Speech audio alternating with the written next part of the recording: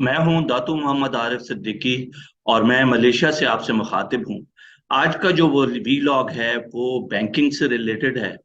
और मैं आज आपको 5 एरियाज आइडेंटिफाई करूंगा जिससे कोई भी बैंक अपने लिए कॉस्ट को कम कर सकता है।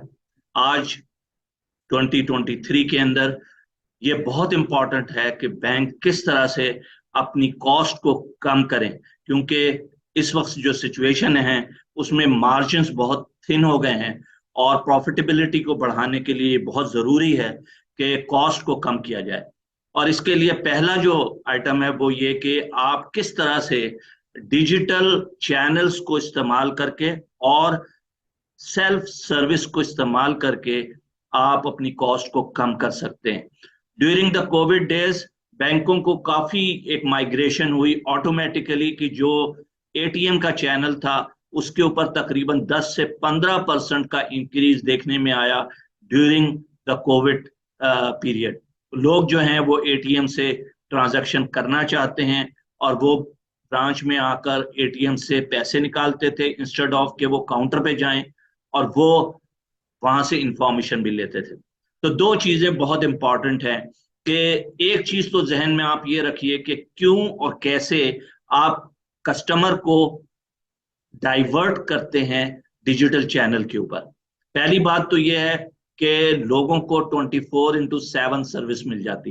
ब्रांच जो है वो सारे दिन और रात को खुली नहीं रहती, जबकि चैनल जो है जिसमें एटीएम एक बहुत इंपॉर्टेंट चैनल है या आपकी जो ऐप है वो बहुत इंपॉर्टेंट चैनल है।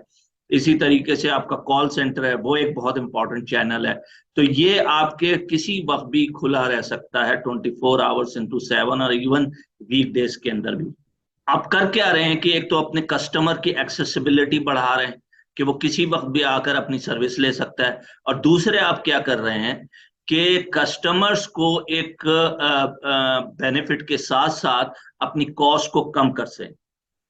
मैं जब ये कहता हूं कि अपनी कॉस्ट को कम कर सकते हैं तो जो ब्रांच में एक ट्रांजैक्शन की कॉस्ट है वो तकरीबन 3 से 4 गुना ज्यादा होती है बनिस्बत एटीएम, कॉल सेंटर या ऐप के ऊपर जो ट्रांजैक्शन हो रही होती है। तो इसको सामने रखते हुए ये बहुत जरूरी है कि हम लोगों को माइग्रेट करें डिजिटल चैनल्स या सेल्फ सर्विस चैनल्स की तरफ। जो रिसर्च हुई है दुनिया में उसमें यह है कि 79% लोग जो हैं वो यूज करते हैं इंफॉर्मेशन के लिए डिजिटल चैनल्स को। मसलन ये कि वो अपने बैलेंस को मालूम करना चाहते हैं, वो अपनी किसी ट्रांजैक्शन को देखना चाहते हैं, वो एक फिक्स डिपॉजिट खोलना चाहते हैं तो वो कैसे ऑनलाइन भी क्या वो कर सकते हैं, वो इवन अपना अकाउंट खोलना चाहते हैं तो क्या वो ऑनलाइन अकाउंट खोल सकते हैं। तो ये सारी वो सर्विसेज हैं जो कि अब लोग डिजिटल पे करना चाहते हैं। इसी तरीके से लोग जो हैं वो चाहते हैं कि बगैर ब्रांच जाए हुए उनका काम हो जाए, क्योंकि आज ट्रैफिक है, टाइम ज़ाया होता है ब्रांच में जाने में। तो सिर्फ ऐप यूज करके आप वहीं अकाउंट भी खोल सकते हैं, वहीं आप ट्रांजैक्शन भी कर सकते हैं, वहां पर आप बिल भी पेमेंट कर सकते हैं, वहां पर आप अपनी ट्रांजैक्शन के बैलेंस देख सकते हैं। और अगर आपको कैश चाहिए तो फिर आप किसी भी एटीएम के ऊपर जाकर आप उससे कैश निकाल सकते हैं।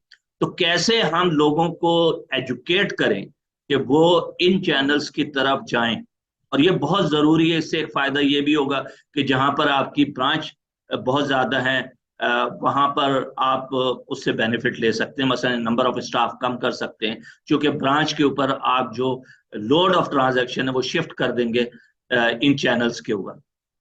तो ये तो पहला आइटम है कि कैसे हम ये एफर्ट करें और लोगों को एजुकेट करें उसके through emails, through conversation, through various marketing, through social media marketing, कि ये फैसिलिटीज अब अवेलेबल हैं कस्टमर्स को। और कस्टमर की एक माइग्रेशन एक कंटिन्यूअस प्रोसेस होना चाहिए। ये नहीं कि सिर्फ हमने आज अगर ऐप बनाई है तो हम उस ऐप की पब्लिसिटी करने के लिए सिर्फ थोड़े टाइम के लिए करें, बल्कि ये रेगुलर बेसिस के ऊपर होना चाहिए। और एक रेगुलर बेसिस के ऊपर आपका एक डैशबोर्ड होना चाहिए जिसमें आप ये वॉच करें कि आपकी जो नॉर्मल लोग हैं जो ब्रांच के ऊपर आते हैं वो कितने परसेंट माइग्रेट हो रहे हैं हर महीने इन डिजिटल और सेफ चैनल्स के ऊपर। दूसरी चीज ये कि कॉल सेंटर को इम्प्रूव करें ताकि सेल्फ सर्विस या ऑल जितने भी आपके सेल्फ सर्विस या डिजिटल चैनल से उनको इम्प्रूव करें ताकि कस्टमर जो है उनका एक एक्सपीरियंस बेहतर हो। यकीनी बात है, जब वो एक्सपीरियंस बेहतर होगा तभी वो इन सेल्फ सर्विस के ऊपर या एटीएम्स और दूसरी चीजों के ऊपर जाएंगे। अगर आप कॉल कर रहे हैं कॉल सेंटर में और फिर कोई उठा ही नहीं रहा है, तो ये आपके लिए एक फायर बैक हो जाएगा कि आप एक सर्विस सेल्फ सर्विस के ऊपर देना चाहते हैं, लेकिन आपने इंफ्रास्ट्रक्चर उसके लिए पूरी तरह से प्रोवाइड नहीं किया।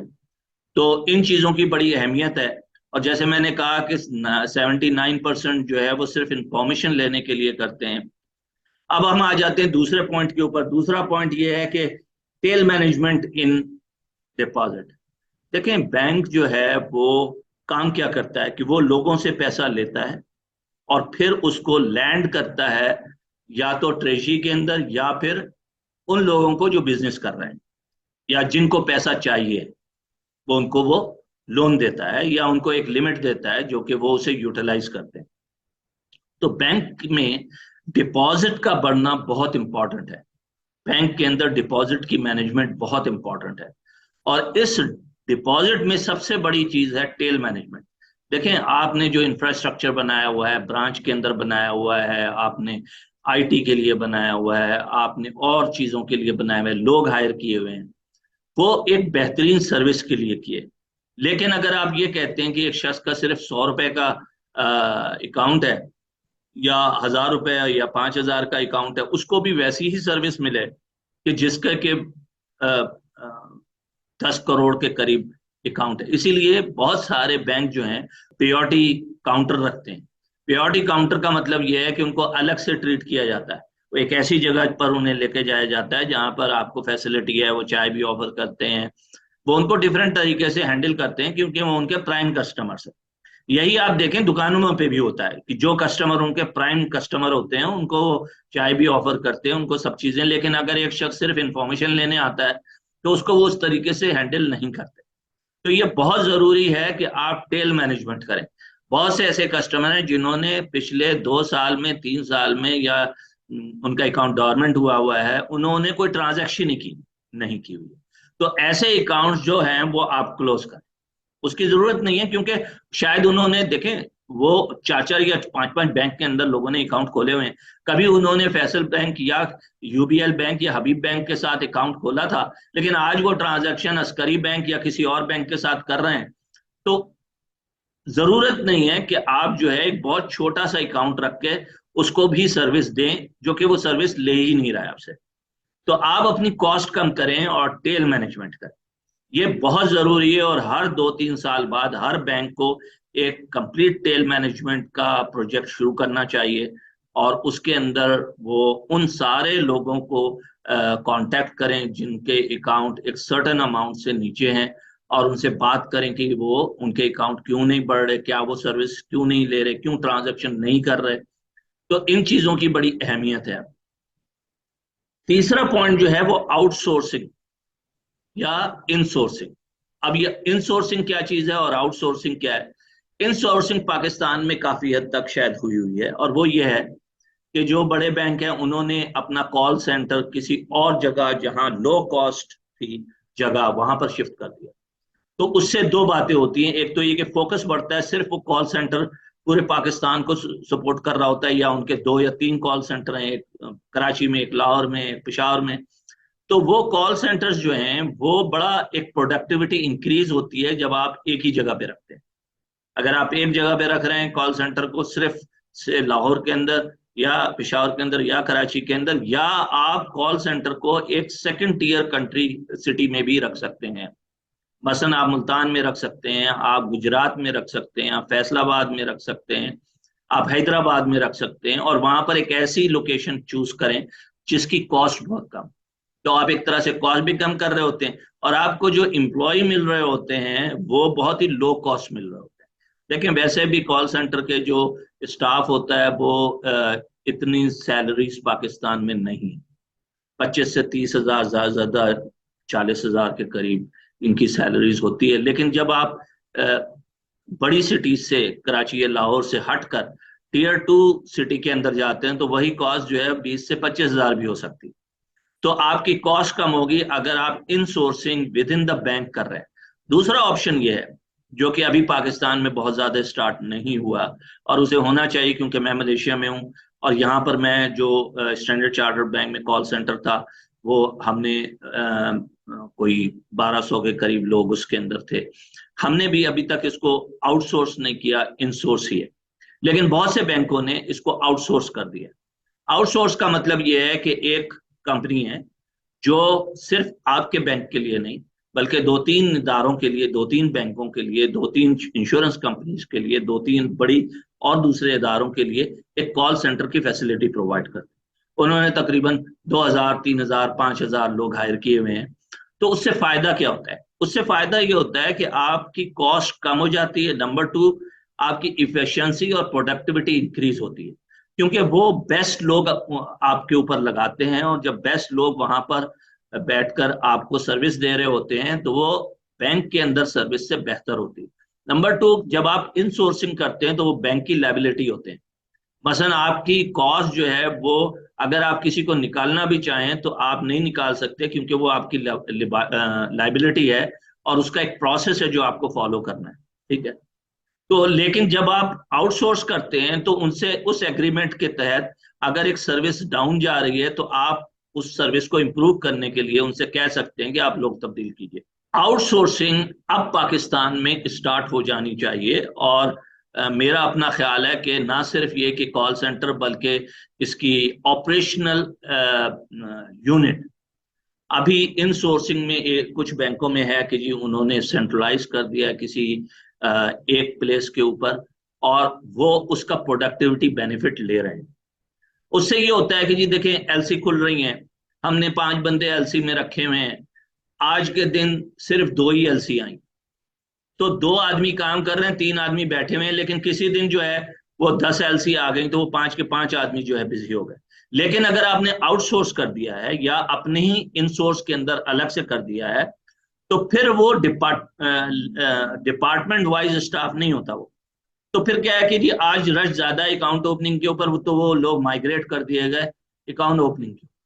तो जिसे हम ये जिसे कहते हैं कि मैनेज कैसे करनी है आपने productivity across the operation centre.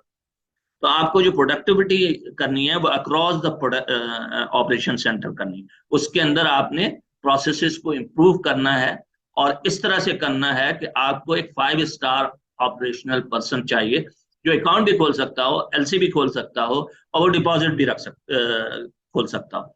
और उसकी ट्रेनिंग जो है step by step 1 star, 2 star, 3 star, 4 star और 5 स्टार के तौर पर आप कर सकते हैं। और जब जरूरत पड़े, एक जगह वॉल्यूम नहीं है, दूसरी जगह वॉल्यूम ज्यादा है, तो आप उसे माइग्रेट कर सके। लेकिन चूंकि साइलोज हैं बैंकों में कि जी कंज्यूमर बैंकिंग का अपना एक ऑपरेशन यूनिट है, कॉर्पोरेट का अपना एक यूनिट है, और विद इन कॉर्पोरेट कंज्यूमर के अंदर जो और दूसरे छोटे छोटे यूनिट है, उस वो भी साइलोज बने हुए, तो उसमें प्रोडक्टिविटी आपकी नहीं आती। इसलिए बहुत जरूरी है कि आपको इनसोर्सिंग या आउटसोर्सिंग अब फ्यूचर में करनी चाहिए। चौथी चीज जो है वो है इंक्रीजिंग प्रोडक्टिविटी। देखें, अभी मैंने जैसे बात की कि प्रोडक्टिविटी इंक्रीज करने के 4-5 असूल हैं। मैं ये चूंकि सब्जेक्ट जो है वो कॉस्ट सेविंग का है, प्रोडक्टिविटी के ऊपर नहीं है, मैं प्रोडक्टिविटी के ऊपर बिल्कुल एक अलग से कई घंटे बोल सकता हूँ। मसलन स्टैंडर्ड चार्टर्ड बैंक में हमने एक वर्चुअल ऑपरेटर का कॉन्सेप्ट बनाया कि हमारे मलेशिया में, इंडिया में, चाइना में आउटसोर्सिंग सेंटर्स थे, और उसमें ये फैसिलिटी मौजूद थी कि अगर आज एलसी ज्यादा आ गई हैं मलेशिया के लिए, तो वो माइग्रेट ऑटोमेटिकली सिस्टम कर देता है इंडिया या चाइना। तो कोई एक स्पेसिफिक नहीं है कि किस जगह पर है, और उससे आपकी प्रोडक्टिविटी बहुत ज्यादा इंक्रीज होती है। और प्रोडक्टिविटी के लिए जो सबसे इंपॉर्टेंट चीज है, जब हम प्रोडक्टिविटी देखते हैं तो सबसे पहले हमें ये देखना पड़ता है कि आपके जो प्रोसेसेस हैं वो क्या री इंजीनियर हुए हैं। मतलब मुझे याद है कि मैं स्टैंडर्ड चार्टर्ड बैंक में हम ये करते थे कि टाइम एक्सरसाइज, और ये टाइमिंग एक्सरसाइज ये कि जो भी एक्शन एक ऑपरेशन का बंदा लेता है, या ब्रांच में भी कोई आदमी अगर कोई चीज प्रोसेस करता है, तो उसके एक एक एक्शन के नंबर ऑफ सेकंड या मिनट्स नोट किए जाते थे। उसके बाद हम री इंजीनियरिंग प्रोसेस ऑटोमेशन के लिए बैठते थे, और वहां पर हम एलिमिनेशन टेक्निक यूज करते थे कि कौन से ऐसे चीजें हैं जिनको हम एलिमिनेट कर दें, जिसके ना होने से ये ना फर्क पड़े कि जी ये अगर नहीं है तो कोई बात नहीं, ये एक एक्स्ट्रा एक्टिविटी है, या इस एक्टिविटी को ऑटोमेट कर दिया जाए। तो री इंजीनियरिंग बहुत इंपॉर्टेंट है, चाहे आप उसे ऑटोमेट करें या ना करें, लेकिन री इंजीनियरिंग बहुत ऑटोमेट इंपॉर्टेंट है प्रोडक्टिविटी इंक्रीज करने के लिए। दूसरी चीज जो है वो आपका स्टाफ क्या ट्रेंड है। मैंने बहुत से बैंकों में देखा है ये बात, और खास तौर पर पाकिस्तान की बात करता हूँ, कि focus on training is very less. अब मलेशिया के अंदर ये बैंक नगारा जो कि रेगुलेटरी बैंक है, उसने ये मैंडेटरी किया हुआ है कि 2% ऑफ द प्रॉफिट जो है वो लोगों को स्टाफ की ट्रेनिंग पर खर्च किया जाएगा।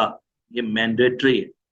पाकिस्तान में ऐसा कुछ नहीं है। पाकिस्तान में ट्रेनिंग के लिए बस एक इंस्टीट्यूट इंस्टीट्यूट है जो बैंकर्स इंस्टीट्यूट है, वो कुछ ट्रेनिंग देता है, या ब्रांच के अंदर ऑन जॉब को छोटी मोटी ट्रेनिंग हो जाती है, लेकिन कोई बाकायदा तौर पर एक जिसे कहते हैं इंस्टीट्यूशंस डेवलप की जाए, और ये कोशिश की जाए कि हम लोगों को ट्रेंड करें। और ट्रेंड करने के अंदर जैसे आप देखें आर्मी के अंदर क्या होता है कि 1 स्टार जनरल बनता है, 2 स्टार होता है, 3 स्टार होता है, 4 स्टार होता है।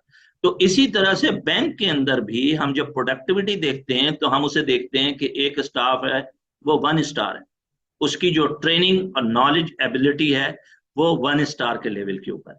फिर हम सेकंड स्टार डिफाइन करते हैं, थर्ड स्टार डिफाइन करते हैं, 4 स्टार डिफाइन करते हैं, और वही उनका लैडर होता है कि उसके ऊपर वो तरक्की करते हैं।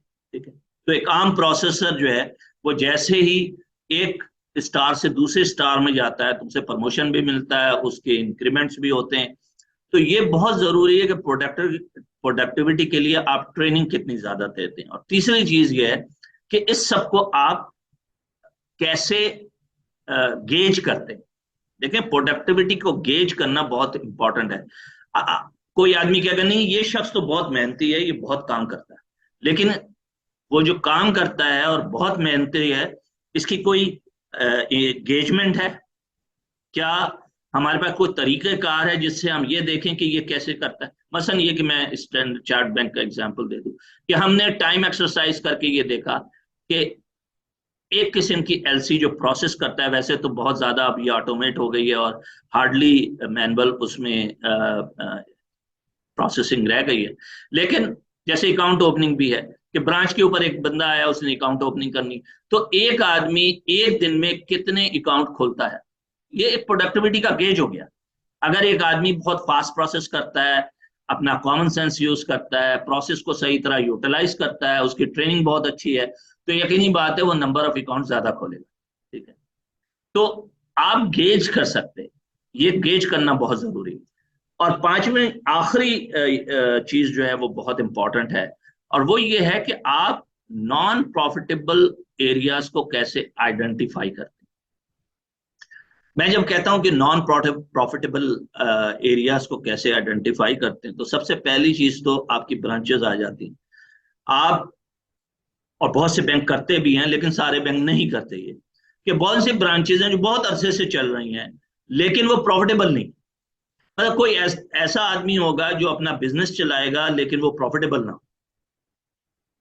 तो ये बहुत जरूरी है कि आपको ये देखना है कि कौन सी ब्रांच जो है वो आपकी प्रॉफिटेबल नहीं है, या तो आप उसको क्लोज करें या आप उसको माइग्रेट करें, उस जगह से किसी ऐसी जगह के ऊपर माइग्रेट करें जहां पर बहुत जरूरत है। इसी तरीके से बहुत सी ब्रांचेस एक टाइम में जब आपने खोली थी तो बड़ी वैलिड थी, और वो उस टाइम के ऊपर बड़ी सही लोकेटेड थी। आज वहां पर गाड़ी पार्क करने की जगह तक नहीं, तो लोग कम आते हैं ब्रांच के अंदर। अब आपने ये सोचा ना होगा कि अगर लोग वहां आके गाड़ी पार्क ही नहीं कर सकते और लोग नहीं आ रहे हैं, तो उस सूरत में क्या इस ब्रांच को हम वहां से माइग्रेट कर दें? ये बहुत जरूरी है। मसलन ये कि आप जब कोई आदमी रेस्टोरेंट खोलता है तो सबसे इंपॉर्टेंट चीज जो होती है वो ये होती है लोकेशन, लोकेशन एंड लोकेशन। इसी तरह बैंक के अंदर जब हम ब्रांच खोलते हैं तो सबसे इंपॉर्टेंट चीज जो होती है वो लोकेशन, लोकेशन एंड लोकेशन।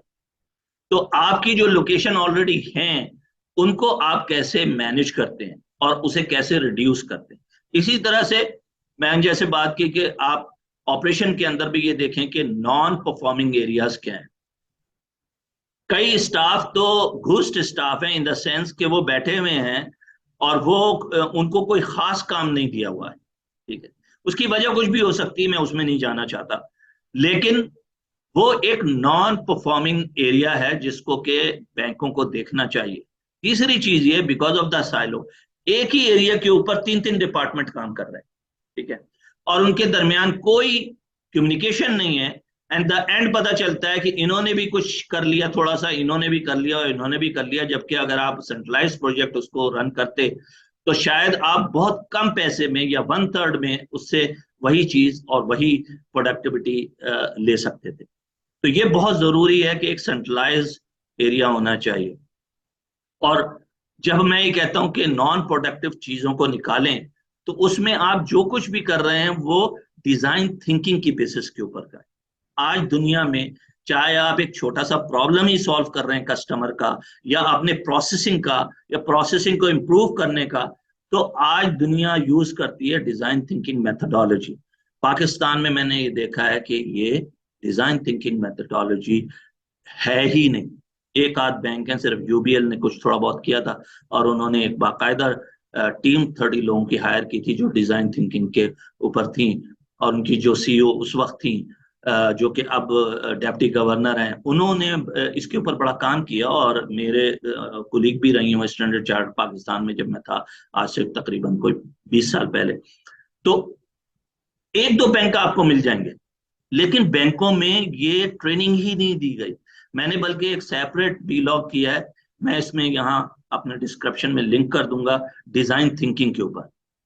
वो तकरीबन कोई 35-40 मिनट्स का है वीलॉग, लेकिन उससे आपको ये अंदाजा होगा कि आप कोई भी प्रॉब्लम, कोई भी प्रोसेसिंग एरिया, या कोई भी ऐसी चीज जो आइडेंटिफाई करते हैं कि ये नॉन प्रोडक्टिव है और कस्टमर को इसका फायदा नहीं है, उसमें डिजाइन थिंकिंग कैसे यूज की जाए। तो आज का वीलॉग मैं यहीं खत्म करता हूं। आप जरूर मुझे सजेशन दें बैंकिंग के ऊपर, आपको किसी किस्म की भी कोई अगर वीलॉग चाहते हैं आप। मैंने 30 साल बैंकिंग की है और बहुत से ऑपरेशन और टेक्नोलॉजी खास तौर पे मेरा एक फोकस एरिया था। और मैं चीफ डिजिटल ऑफिसर भी रहा हूँ एक टाइम में, और मैं सीईओ रहा हूँ शेयर सर्विस सेंटर का। तो मेरा एक्सपीरियंस डाइवर्सिफाइड है।